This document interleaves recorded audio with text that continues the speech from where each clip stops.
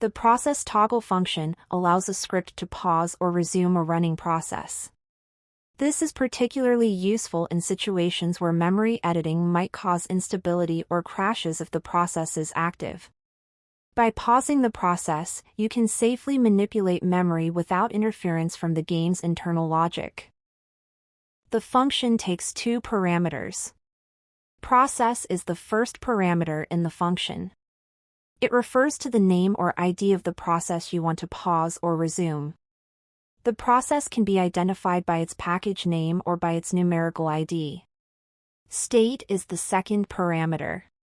It is a Boolean value, meaning it can be either true or false. If you set it to true, the function will pause the process. If you set it to false, the function will resume the process. We will create a simple touchscreen menu where the cheat variable is used to trigger different user choices. Each choice corresponds to an action, such as pausing the process, resuming it, or quitting the menu. We start by declaring the on and off symbols to represent whether a cheat is enabled or disabled. These are visual indicators for the user. We then declare the cheat 1, cheat 2, and cheat 3 variables, which are used to represent the user's choice. These variables will trigger different actions based on the user's selection in the menu. The code defines a custom function named toggle process. This function takes one input, process index, which represents the process you want to pause or resume. Inside the toggle process function, it calls the built-in process toggle function. This function attempts to toggle the process. If the process is running, it will pause it. If the process is paused, it will resume it. The result of this action is stored in a variable called success. The code then checks if success is true or false.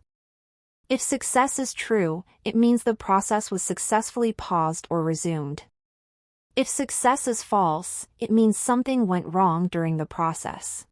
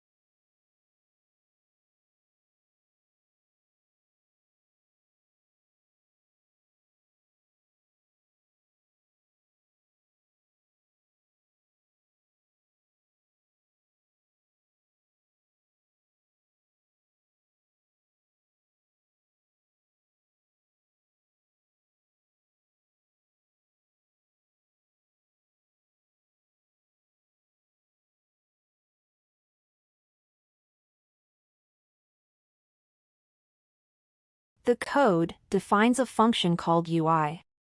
Inside the function, there is a variable called credits, which holds a string of text, usually for displaying information about the script or the scripter. Next, the menu variable is defined. It uses the choice function, which creates a simple menu with a list of options that the user can select.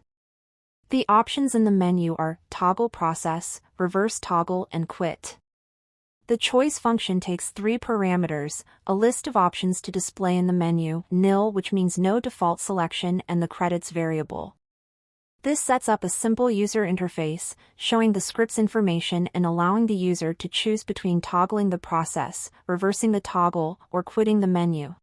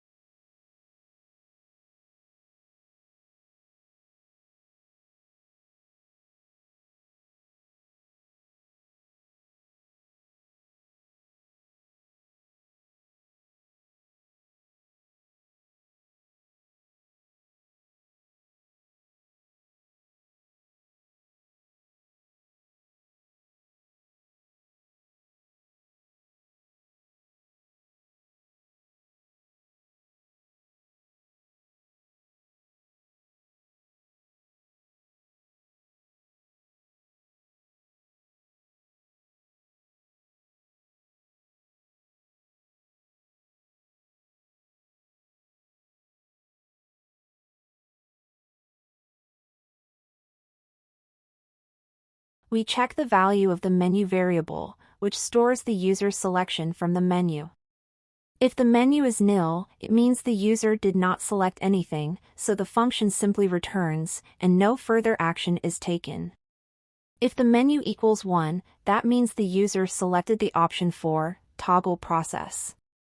Inside this block, the code gets information about the current target process by calling getTargetInfo function and stores the result in the variable targetInfo. If targetInfo is not nil, it means a target process was successfully selected.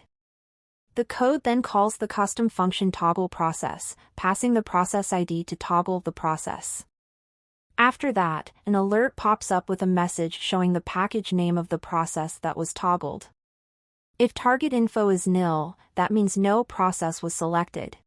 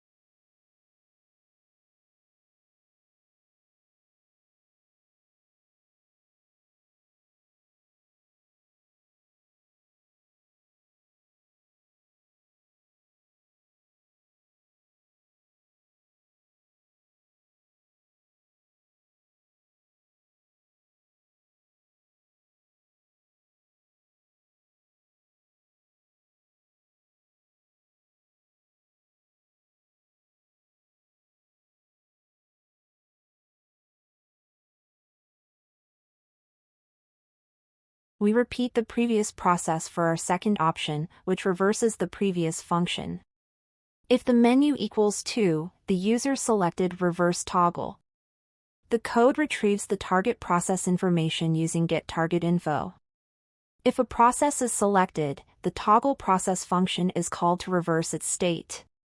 An alert shows the package name of the process. If no process is selected, an alert will inform the user.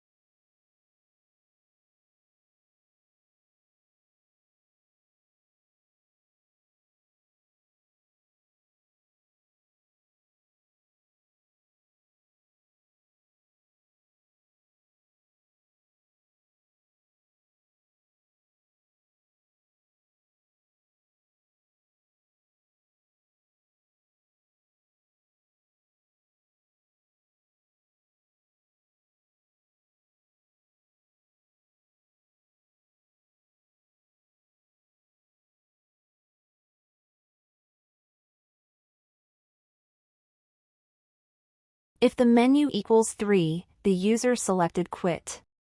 The code displays an alert with the message exiting script, and then calls OS_exit function, which exits the script.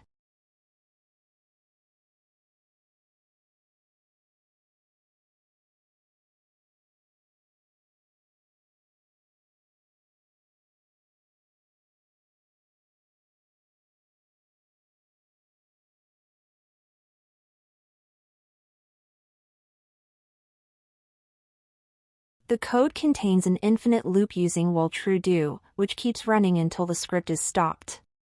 Inside the loop, it checks if the UI is visible. If the UI is visible, the code hides it and then calls the UI function to display the menu again. If the UI is not visible, the code calls the sleep function, which pauses the script for 100 milliseconds before checking again. This loop allows the script to continuously monitor and update the UI, ensuring the script doesn't freeze or stop unexpectedly.